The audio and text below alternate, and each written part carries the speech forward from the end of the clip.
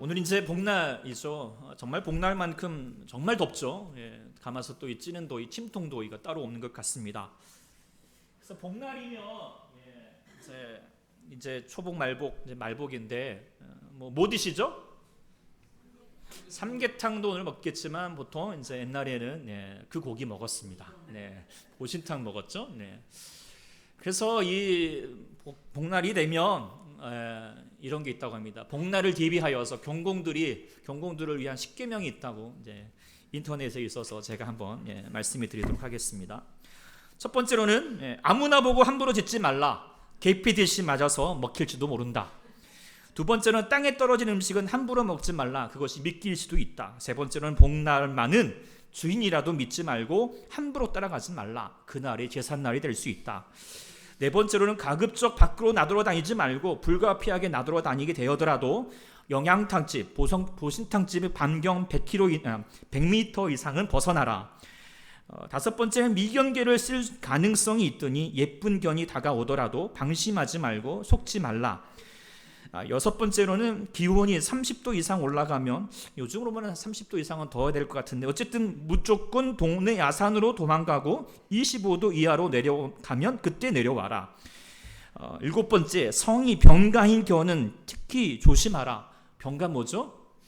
똥개들은 조심하라, 뭐 이런 말입니다. 여덟 번째는 만약 잡히게 되면 입에 개거품을 불고 미친 척하라. 아홉 번째로는 불의의 사고로 타견이 잡혀가는 것을 목격하더라도 쓸데없는 이op심을 발휘하여 도와주지 말라. 왜냐하면 잘못하다가는 너도 개죽음 당할 수 있다.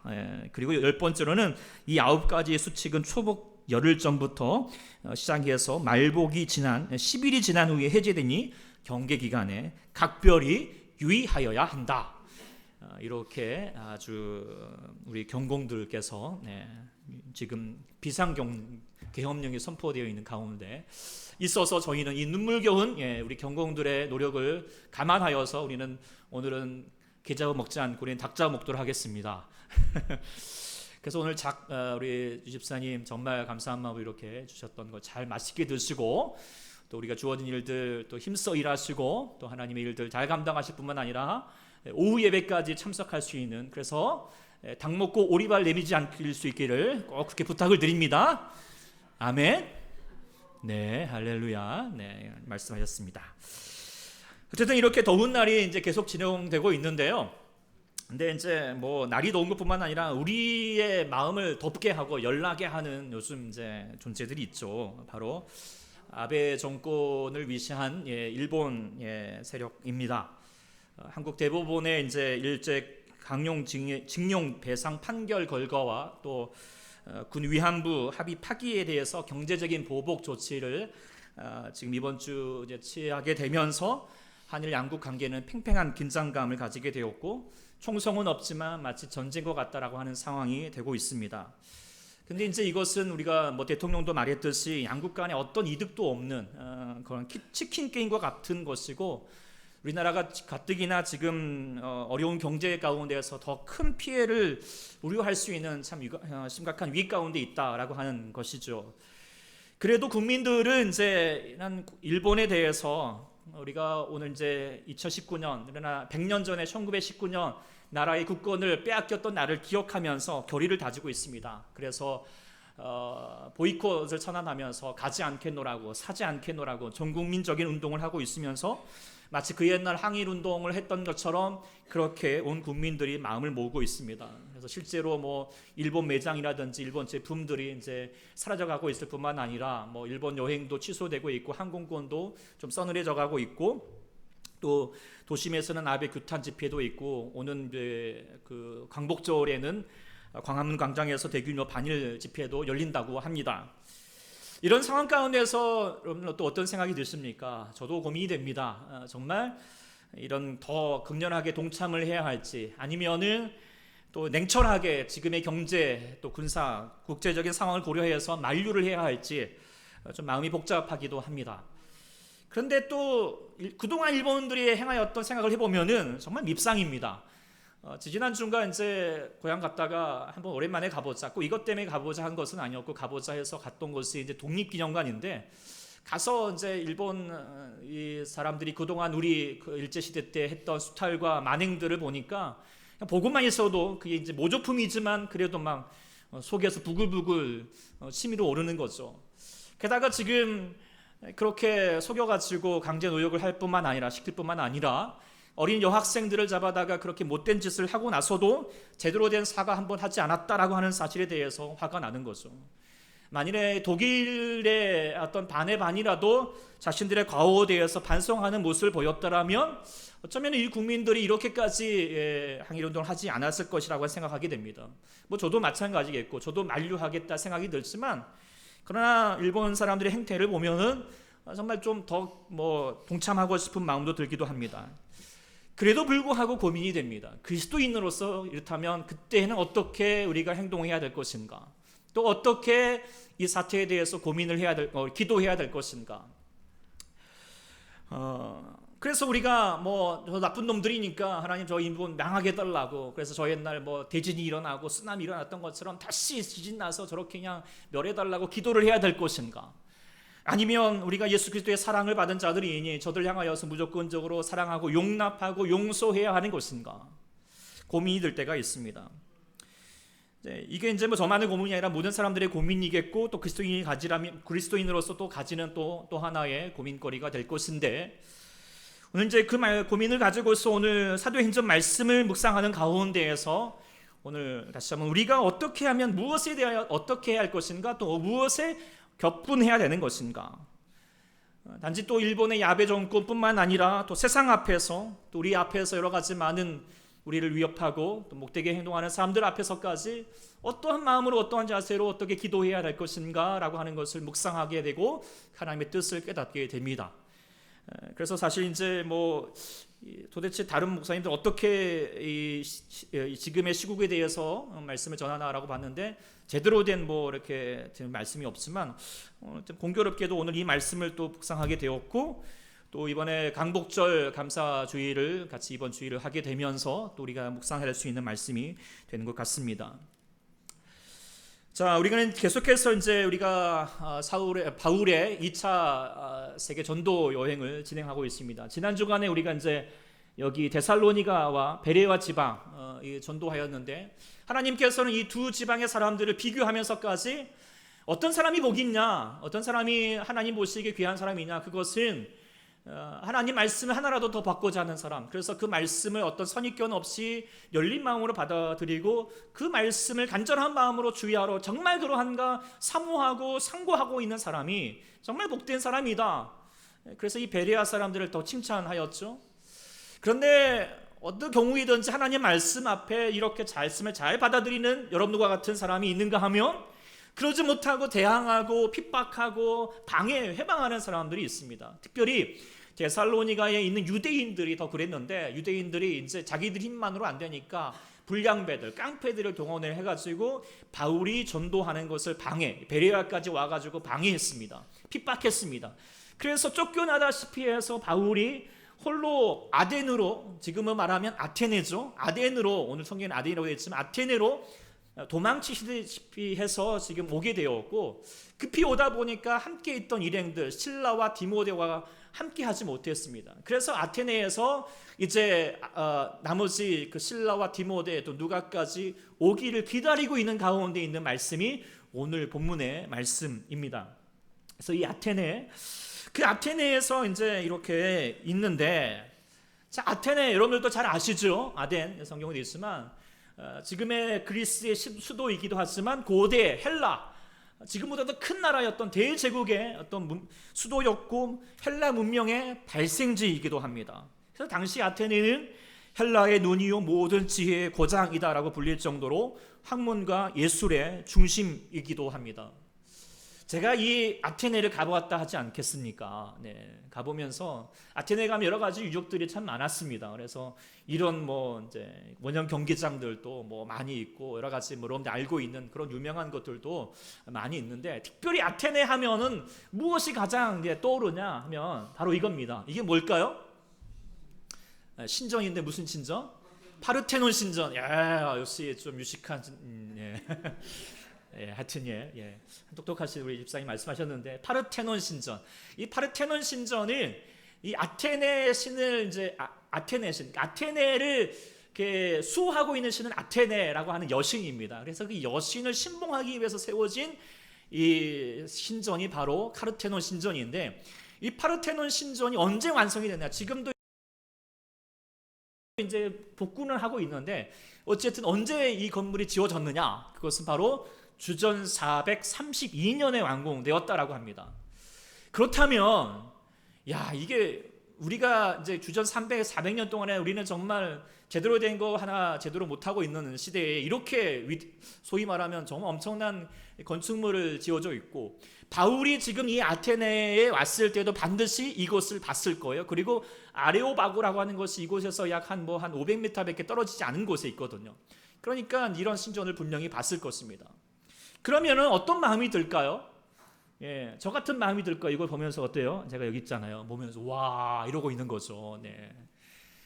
이게 이제 저도 예전에 그런 게 기억이 납니다. 제가 시골, 이제 전라도 시골에 살다가 기차 타고 서울에 이제 어릴 적에 왔는데, 딱 기차역에 내렸는데 그때 그 대우 빌딩 이렇게 있잖아요. 딱 있으면 와 이런 거죠. 그리고 나서 이게 저게 몇 층이야 그러면서 층수 세고 있는데 옆에서 층수 세면 그 돈 내야 돼 막 그러니까 겁먹어가지고 층수도 못 세고 그랬던 기억이 납니다. 그래서 이제 저놈이 올라와가지고 이런 거 보고 있으면 휘둥그레지는 거, 이게 바울의 마음이 되지 않을까라는 생각도 가지게 됩니다. 게다가 지금 이 아테네에서 어떤 사람을 만나느냐, 여러 사람들을 만나면서 오늘 본문 18절에 뭐라고 말하면은 에피크로스와 스토아 철학자들도 만났다라고 말하고 있습니다. 철학하면은 우리가 당연히 떠오르는 사람이 바로 세 사람, 누구이죠? 소크라테스, 아리스토텔레스, 플라톤. 이 사람들이 다 어디 사람들입니까? 아테네 사람들이죠. 그리스 사람들입니다. 그리고 그들의 수학자들, 그들의 제자들이 지금 여기에 있는 것입니다. 지금도 이제 철학하면 쉽지 않은데 그 사람들이 이렇게 있으니 얼마나 한 똑똑한 사람들이었겠습니까? 그들 앞에 있으면 정말 또 충격이 있을 거. 저도 그런 또 충격을 가지는데, 예전에 대학원에서 제가 이제 공부를 할 때 철학을 강의를 현대 철학인데 어쨌든 듣게 되었는데, 분명히 교수님들이 설명을 하는데 한국말을 하는데 이게 도대체 알아먹을 수가 없는 거예요. 도대체 무슨 말을 하는지. 그래서 책을 봐도 한 페이지를 이해하는데 1시간 이상이 걸리는 거예요. 그만큼 철학의 세계가 심오하고 어렵거든요. 그런데 옆에 있는 사람은 막 고개를 끄덕끄덕하고 막 질문도 하고 있으면 이게 되게 부럽기도 하면서도 어쨌든 제가 좀 부끄럽기도 하고 그런 마음이 들더라고요. 아마도 이제 바울도 그런 철학자들 앞에 있으면 저와 같은 부럽기도 하고 부끄러운 마음이 들지 않을까라는 생각을 가질 법한데, 오늘 본문을 쭉 읽어보면은 전혀 바울은 그러지가 않습니다. 어떻습니까? 전혀 그 마음이 위축되는 게 없습니다. 당당합니다. 비록 그 사람을 저 로마 식민지의 작은 저쪽 구석에 팔레스티나 조그마한 나라에서 온 사람이고, 물론 율법은 안다 할지만 철학에 대해서는 전혀 모르고 있는, 정말 어쩌면 저들이 보기에는 무식한 사람인지도 불구하고 어떻게 해요? 저들 앞에서 전혀 두둑 돌지도 않고 기죽지도 않고 오히려 당당하고 담대합니다. 왜 그럴까요? 왜 그럴 수 있었을까요? 그것은 오직 하나, 복음 때문입니다. 복음을 가지고 있었기 때문에, 예수 그리스도를 알고 있기 때문에 그들 앞에서도 전혀, 저 위대한 건축물 앞에서도, 저 똑똑한 사람들 앞에서도 전혀 위축되지 않았다라고 하는 거, 이것이 여기 있을 뿐만 아닙니다. 허세가 아니었습니다. 우리가 이번 주간에 빌립보서를 큐티하면서도 이런 걸 보셨겠지만 3장에 보면은 뭐라고 말합니까? 내가 그리스도를 알고 있으면 세상에 어떤 거 똑똑한 거, 배경들, 지식들, 그 모든 거 해로 여긴다, 쓸데없다, 그건 다 뭐 같다? 배설물 같다. 그러면서 내게 가장 고상한 거, 가장 최고로 여길 수 있는 것이 있다. 그게 무엇인가? 예수 그리스도를 아는 지식이다. 나는 예수 그리스도를 알면 그것이 내게 가장 위대한 것이다. 예수면 나다라고 하는 그런 마음의 프라이드, 자긍심을 가지고 있었던 것이죠. 그래서 사도 바울이 로마서 1장 16절 말씀 같이 읽어보겠습니다. 시작. 내가 복음을 부끄러워하지 아니하노니 이 복음은 모든 믿는 자에게 구원을 주시는 하나님의 능력이 됨이라. 먼저는 유대인에게요, 또 그리고 헬라인에게로다. 아멘. 이 말씀은 여러분들 당당하게 외쳐야 돼요. 복음을 부끄러워하지 않는다. 이 복음이 능력이 된다. 우리뿐만 아니라 누구에게도, 너 같은 헬라인들에게도, 모든 사람에게도 이것이 능력이 된다. 그래서요, 오늘 이 아덴에서 있는, 그리고 저 사람들 앞에서도 당당할 수 있었다라고 하는 거 우리가 깨닫게 되는데, 우리 사랑하는 여러분들도 이 마음 이룰 수 있기를 소망합니다. 여러분, 예수 믿는 게 여러분 정말 큰 자랑이 되십니까? 어디에 가시든지 난 예수 믿습니다 라고 그렇게 당당하게 자랑하고 나타내고 계시는지요? 예, 감사합니다. 그런데 혹시라도 복음이 부끄러워하지 않으십니까? 혹시라도 내가 예수 믿긴 하지만 성경책도 그냥 꼼쳐당기고 있고, 또 세상이 부럽고 세상이 자랑, 세상이 그냥 가지고 싶은 마음, 욕심 가지고 있을 때가 있지 않습니까? 괜히 나보다 좋은 대학에 나온 사람이 있으면 거기 앞에서 기죽기도 하고, 좋은 차 타고 다니고 출세하고 성공한 사람이 있으면 그냥 부러운 거. 속된 말로 우리가 이제 부러우면 진다라고 하는 말이 있듯이, 정말 그리스도인이라면 세상이 부러우면 그건 지는 것입니다.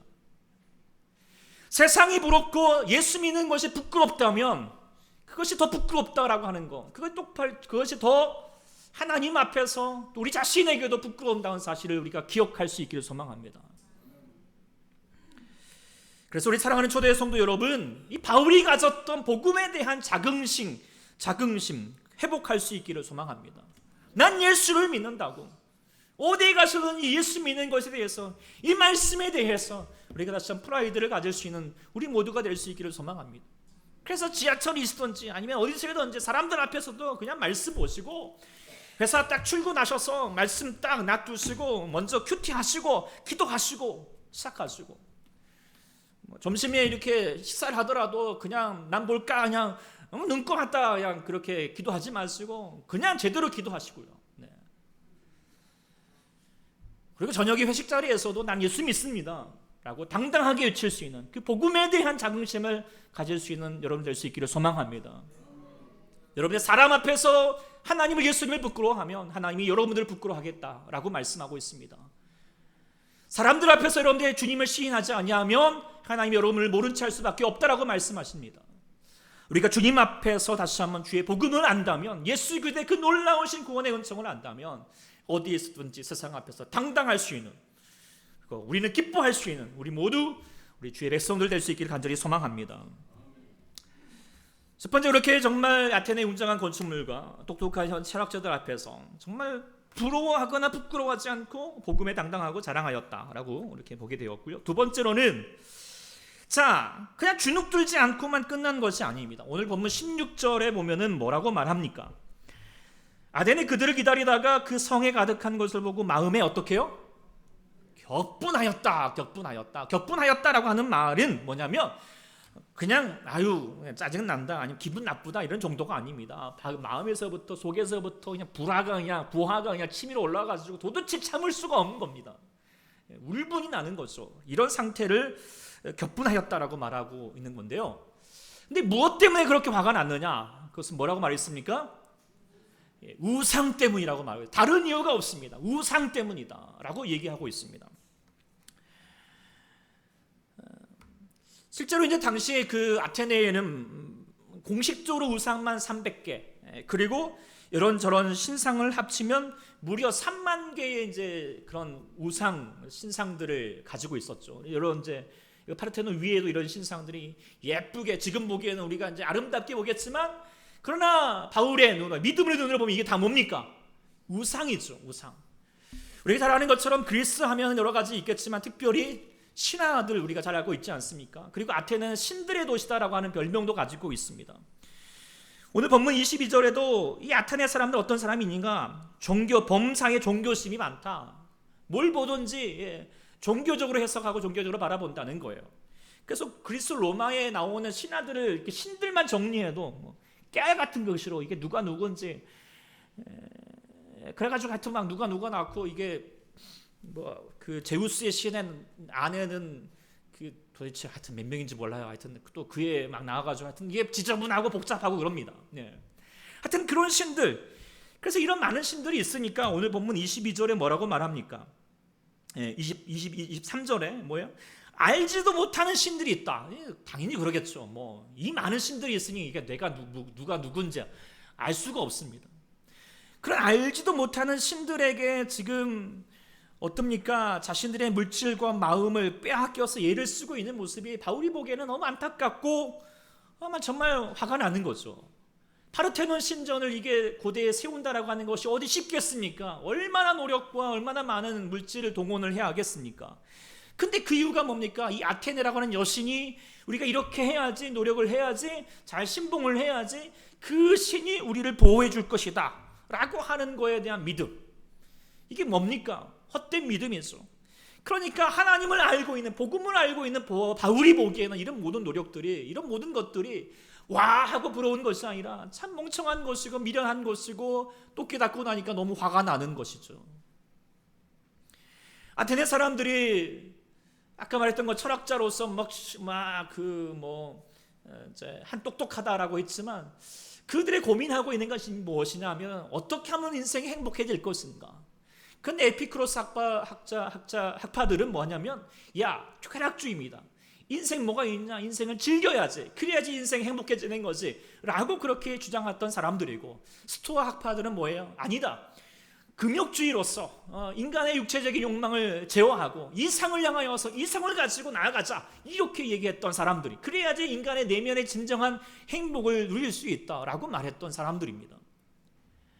그러면서 그것에 대해서 고민하고 서로 막 논쟁하고 싸우고 시기하고 그렇습니다. 오늘날의 철학도 마찬가지. 둘 중에 하나죠.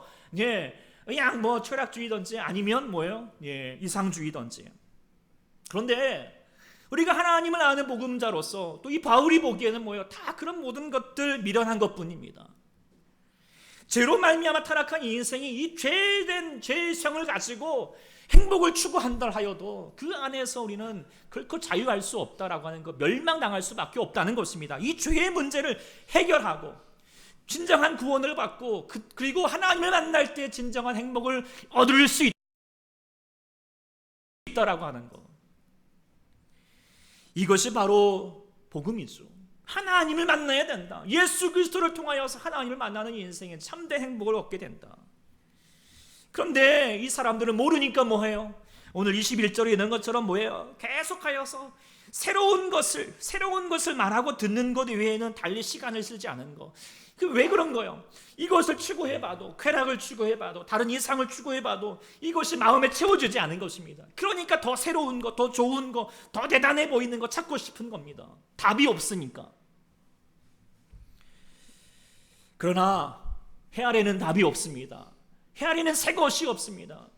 오직 하늘로부터 임하신 예수 그들을 통하여서만 우리에게 진정한 삶의 해답이 있는 줄 믿습니다.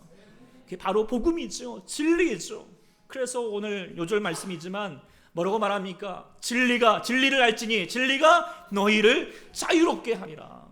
진정한 해방을 가지게 되고 참 진정한 기쁨과 행복을 갖게 한다는 것입니다. 그런데 이 사람들은 복음을 모르니까, 저 우상들에게 속고 있으니까 자신들의 시간과 재물을 버릴 뿐이고 서로 경쟁하고 논쟁하고 서로 시기하고 서로 다툴 뿐이라고 하는 것이죠. 그래서 바울이 보기에는 화가 나는 것입니다. 저 사람들의 무지함에 대해서, 영적인 무지함에 대해서, 저 어둠의 세력과 저 우상에 대해서 너무 화가 나고 격분이 되는 것입니다. 여러분, 이 바울의 마음이 이해가 되십니까? 이해가 되셔야 합니다. 우리가 세상에 많은 사람들을 가지고 우리는 다시 한번 저 아테네 옛날 그 사람들뿐만 아니라 이 시대를 살아가고 있는 사람들을 보면서 이 거룩한 분노를 가져야 할 줄 믿습니다. 그리고 저는 이 말씀 묵상하면서 저 일본을 바라보는 우리의 마음도 이런 마음을 가져야 된다는 거예요. 거룩한 분노를 갖자라고 하는 것입니다. 저 일본 사람들을 미워하는 것이 아니라 다른 것이 아니라 우상들에 대한 분노를 가져야 한다는 것이죠. 일본은 우리가 아는 것처럼 우상의 나라입니다. 귀신의 나라입니다. 그리고 일본의 이제 주 종교는 뭐냐? 바로 신토라고 하는 종교입니다. 그리고 이 신토를 모시고 있는 신이 바로 신사라고 하죠. 그래서 곳곳마다 신사들이 많이 있는데, 그리고 이 신토의 귀신을 뭐라고 말하면 카미라고 합니다. 카미같이 이런 말 여러 가지가 있지만 카미. 이 카미가 얼마나 많으냐? 일본에는 바로 800만 개. 800만 가미가 있다라고 합니다. 왜 그렇게 되냐면은 먼저는 사람이 죽으면 어느 정도 지나고 나면 그것이 혼령이 되어가지고 가족과 촌락을 수호하는 가미가 된다라고 생각합니다. 그래서 우리가 아는 것처럼 이런 여러분들 일본 애니메이션 보면은 그런 가미들이 나왔던 것을 본 것을 기억하실 것입니다. 뿐만 아니라 자연에도 모든 만물에도 짐승에도 초목에도 바다에도 여러 가지 많은 강에도 카미들이 있다. 두려운 카미들이 있다. 그러니까 그 카미들을 향하여서 정말 정성을 다하고 복을 길고 보호해달라고 나아가야지 그 카미를 통하여서 복도 얻고 또 안녕을 얻을 수 있다. 이렇게 생각하는 것이 바로 신토 종교입니다. 근데 그럴 만한 나름의 이유가 있죠. 일본은 이제 전국토가 70% 이상의 산과 강으로 둘러져 있습니다. 그러니까 산에서 이게 뭔가 생활터전은 얻지만 또한 산만큼도 얼마나 두려운 게 없겠습니까? 우리가 아는 것처럼 홀로 여러분들 산에 가서 짐승도 만나고 어둠에 잠기면 얼마나 두려운 생각이 들겠습니까? 게다가 또 일본 하면은 많은 지진과 또 이런 거 해일과 태풍들이 재난이 쓸려오니까 그 안에서 공포감이 생기고 사람의 죽음에 대해서 허망감이 생기다 보니까 이런 신토 사상들이 발달하게 된 것이고 그것으로 말미암아 자신의 삶에 잠식되어 있는 거죠. 근데 이게 다 뭐 때문이야? 하나님을 모르니까 엄한 우상과 귀신의 악령에 사로잡히게 된 것이죠. 그리고 이런 것들을 정치 세력들이 또 이용을 합니다. 일본이 이제 막부 시대를 지나서 19세기가 되면서 이제 메이지 유신, 그것은 중앙 집권화되어서 강력한 통치를 가지고자 하는데 중앙 집권을 하기 위해서 왕을 높여야겠다는 거예요. 그래서 이 왕을 천황이라고 해서 그 천황을 그때부터 신격화시켜서 뭐라고 하냐면 아마케라시 모르겠습니다. 까미 뭐예요? 신이다. 태양신이다. 태양신의 자손이다라고 말하는데 어쨌든 태양신이다라고 신격화시켜서 그들의 자신의 제국주의와 군국주의 열망을 위해서 종교화시키고 종교를 이용하고 있는 거. 그리고 지금의 그 아베 우익 조건들이 가지고 있는 나름의 신념이라고 하는 거 우리가 잘 알고 있는 바입니다. 그래서 그 마음으로 지금 옛날에 신사참배를 강요하였고 그렇게 우리 사람들을 우궁화시키고 있고 우둔화시키고 있고 지금의 많은 일본 사람들도 그런 정치 세력에 또 그런 우경화에 사로잡혀가고 있다라고 하는 우상화된 것 때문에 이거 따지면 북한도 마찬가지죠. 지금도 북한 주체 사장으로 김일성을 그런 우상화시키고 있고 그것 때문에 많은 백성들이 지금도 고난 가운데 있는 것 아니겠습니까?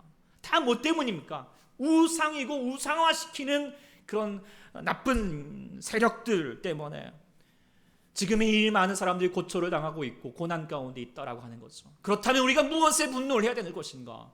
우상이죠. 일본을 향하여서도 저 북한도 마찬가지겠고요. 그래서 오늘 바울이 가졌던 아테네를 향하였던 분노는 뭐냐면 저 사람들을 향한 분노가 아닙니다. 우상에 대한 분노입니다. 영적인 세력의 무지함에 대한 가슴을 쓸어 담고 있는 저들이 정말 하나님을 모르기 때문에 저렇게 쓸데없는 것에 귀를 기울이고 있구나 라고 하는 것에 대한 분노를 가졌다라고 하면 우리도 마찬가지할 줄 믿습니다. 그런데 오늘 본문을 보면은 사도 바울이 격분하고 있는 것으로 끝나지 않습니다. 그 다음에 행동이 있습니다. 무엇입니까? 그것은 바로 영적 무지를 깨우치도록 진리를 전하고자 하는 겁니다. 왜 그렇습니까? 저들이 왜 그런가?